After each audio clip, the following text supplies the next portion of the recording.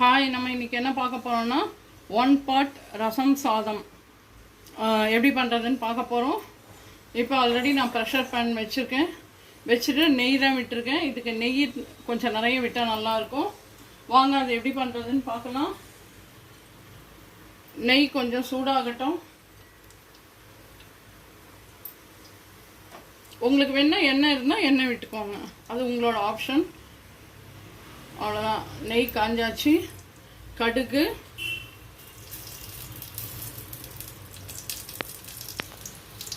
ரெண்டு மிளகா, காஞ்ச மிளகா,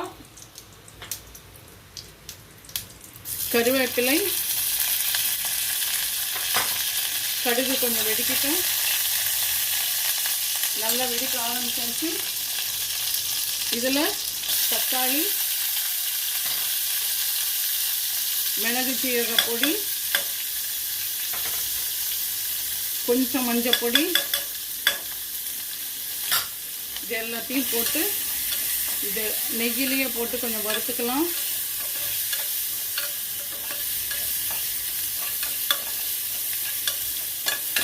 வதங்கட்டும். ஆல்ரெடி நான் அரிசியை இந்த டம்ளரில் மெஷர் பண்ணி எடுத்திருக்கேன். ஆனால் ஆக்சுவலாக நான் இன்றைக்கி நொய் தான் எடுத்திருக்கேன். பச்சரிசி நொய் எடுத்திருக்கேன். 2 ஸ்பூன் துவரம் பருப்பு எடுத்து 2த்தையும் நல்லா ஊற வச்சுருங்க. ஏன்னா ரசம் சாதம் நல்லா குழஞ்சாதான் நல்லாயிருக்கும். அதனால் நான் இன்றைக்கி நொய் தான் எடுத்திருக்கேன். நொய் இல்லைன்னா அரிசி எடுத்துக்கோங்க, அவ்வளோதான். இதையும் போட்டு இந்த பாருங்கள், அரிசி பருப்பு இருக்குது இல்லையா, அதையும் இதில் போட்டுடலாம். நொய் போட்டிங்கன்னா இன்னும் குயிக்காக நல்லா இதுவாகிடும், நல்லா ஸ்மாஷ் ஆகிடும் ரசம் சாதம். அவ்வளோதான். இதையும் ஒரு பரட்டி எடுத்துக்கோங்க. ஈஸியாக குழந்தைங்களுக்கு கூட நீங்கள் ஈஸியாக இதை கொடுத்து அனுப்பலாம்.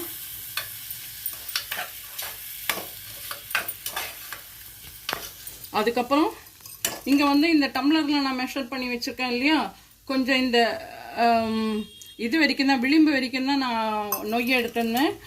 அதுக்கேற்ற மாதிரி நீங்கள் தண்ணி. இன்னொன்று இப்பவும் சொல்கிறேன், சில புளி ரொம்ப புளிக்கும், சில புளி புளிக்காது.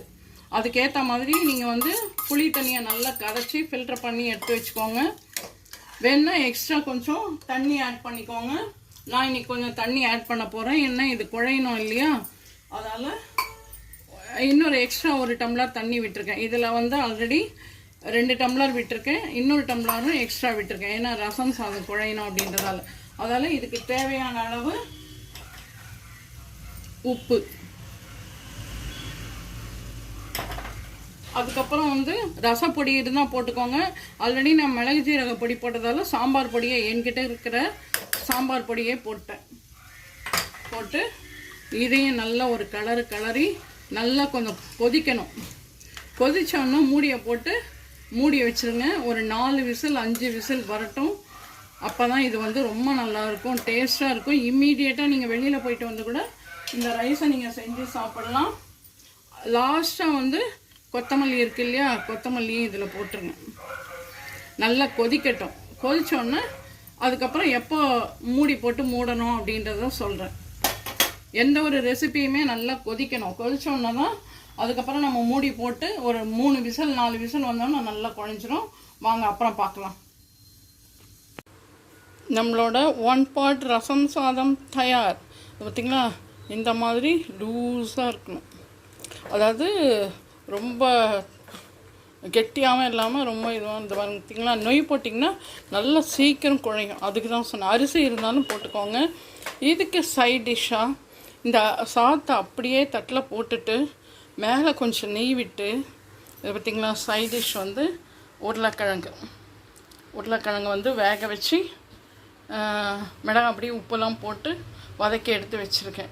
நீங்கள் வேக வச்சாலே ஆயில் ரொம்பவே பிடிக்காது. இப்போவும் சொல்லுவேன். இதுக்கு சைட் டிஷ் செம்ம காம்பினேஷன் ரசம் சாதத்துக்கு உருளைக்கிழங்கு தான். ஒரு ப்ரோக்ராமில் கூட ஒரு குழந்தை, நீயா நானா ப்ரோக்ராமில் கூட ஒரு குழந்தை, என்னம்மா ஸ்கூலுக்கு எடுத்துன்னு போனால் உங்கள் அம்மா என்ன கொடுத்தா அப்படின்னா, ரசம் சாதம் பொட்டேட்டோ அப்படின்னு. அதால் அது சூப்பர் காம்பினேஷன். குழந்தைங்களுக்கு இது ரொம்ப ரொம்ப பிடிக்கும். நம்ம எல்லாருக்குமே பிடிக்கும். இதே மாதிரி நீங்களும் டென்ஷன் இல்லாமல் டைம் ஆகிட்டா பிரச்சனையே வேண்டாம். குழந்தைங்க இருக்கிற வீட்டில் யாராக இருக்கட்டும், வயசானவங்க இருந்தாலும் இந்த மாதிரி 1 பாட் ரசம் சாதம் இம்மீடியட்டாக நீங்கள் வந்து தயார் பண்ணிடலாம். பருப்பு வேக வைக்கணும், புளியை கரைச்சி எல்லாத்தையும் தனியாக கொதிக்க வைக்கணும், சாதம் வடிக்கணும், அதெல்லாம் வேணாம். ஒரே பாட்டில் தயாராகியாச்சு. பாருங்கள், இதை சர்வ் பண்ணியும் காமிக்கிறேன். இப்போ உருளைக்கிழங்கு பொரியல் போட்டாச்சு. அடுத்தது ரசம் சாதம் 1 பாட் ரசம் சாதம் தயாராயாச்சு. இதை பார்த்திங்க, செம்மையாக இருக்கும். அது மேலே கொஞ்சமாக நெய் விட்டுட்டா சரியாக இருக்கும். அவ்வளோதான், சுட சுட எடுத்து சாப்பிட்லாம்.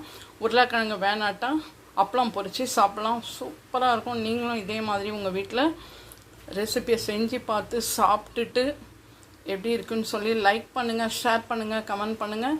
மறக்காமல் இது வரைக்கும் நம்மளோட சேனலை சப்ஸ்கிரைப் பண்ணாதவங்க கண்டிப்பாக சப்ஸ்கிரைப் பண்ணுங்கள். இதே மாதிரி ஈஸி மெத்தடில் இன்னும் நம்ம என்னெல்லாம் பண்ணலாம் அப்படின்றதையும் வர vlogலலாம் நீங்கள் பார்ப்பீங்க. ஓகேவா? பாய், டேக் கேர்.